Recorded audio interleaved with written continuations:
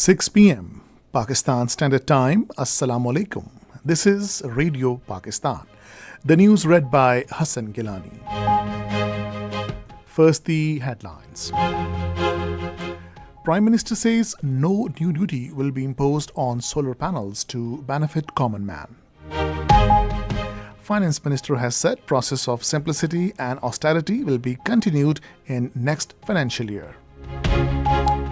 Defense Minister has termed consensus among all institutions and political forces essential for success of Operation Azm-e-Istehkam. All Paris Hurriyat Conference will organize public gathering in Muzaffarabad tomorrow to mark the United Nations International Day in support of victims of torture. 32 Palestinians were martyred in Gaza during the last 24 hours.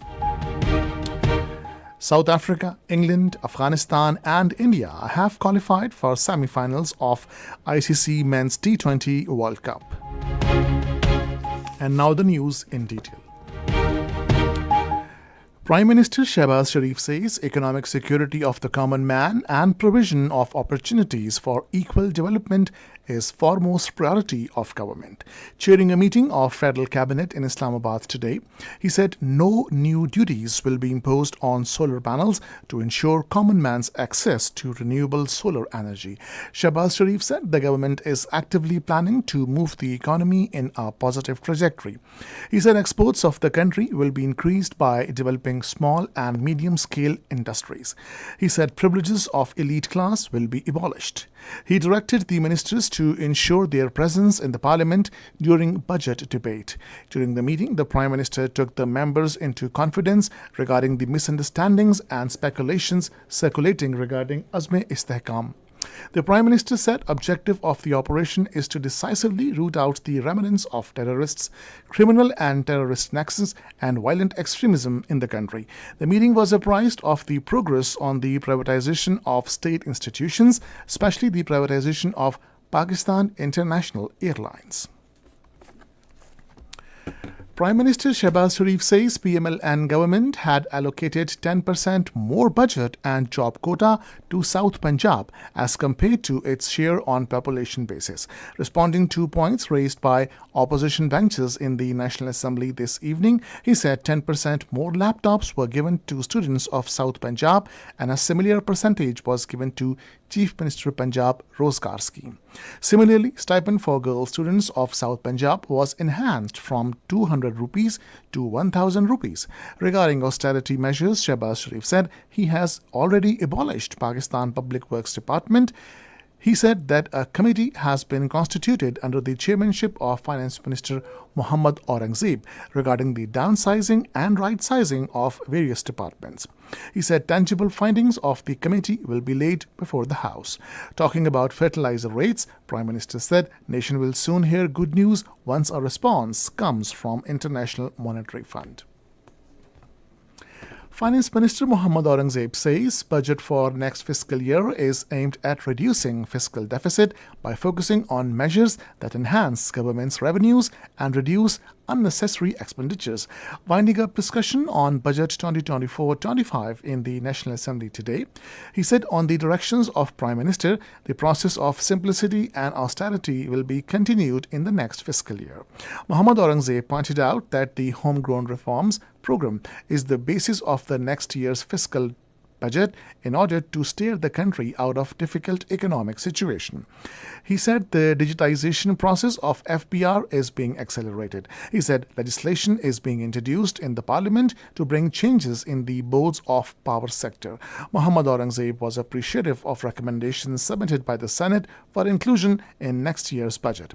He said government has decided to include these recommendations in the budget keeping in view of the public interest. He said under Export Facilitation Scheme 2021 policy, zero rating for the local suppliers is not being abolished. Muhammad Aurangzeb said government is fast-tracking reforms in the FBR and for this purpose, 7 billion rupees have been earmarked in the budget. He said action will be taken against the retailers from the 1st of July, failing to register them with FBR Tajir Dost scheme.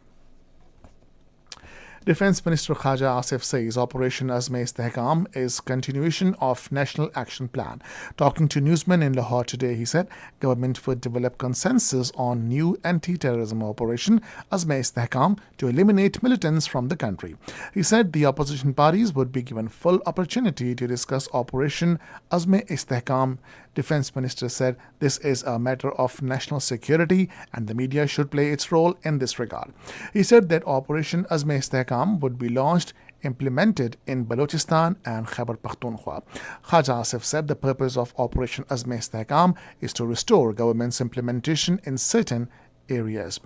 He stressed that consensus among all institutions and political forces is essential for the success of the operations. Interior Minister Mohsen Naqvi has directed the authorities concerned to continue indiscriminate action to prevent smuggling in the country. In a statement, he said zero-tolerance policy against smuggling should be implemented as smuggling is destroying the country's industry and economy. Interior Minister also lauded the performance of Pakistan Coast Guards against smuggling. Earlier, Pakistan Coast Guards foiled bids of smugglings at Udhal checkpost and Dashti Nala in Gawadar.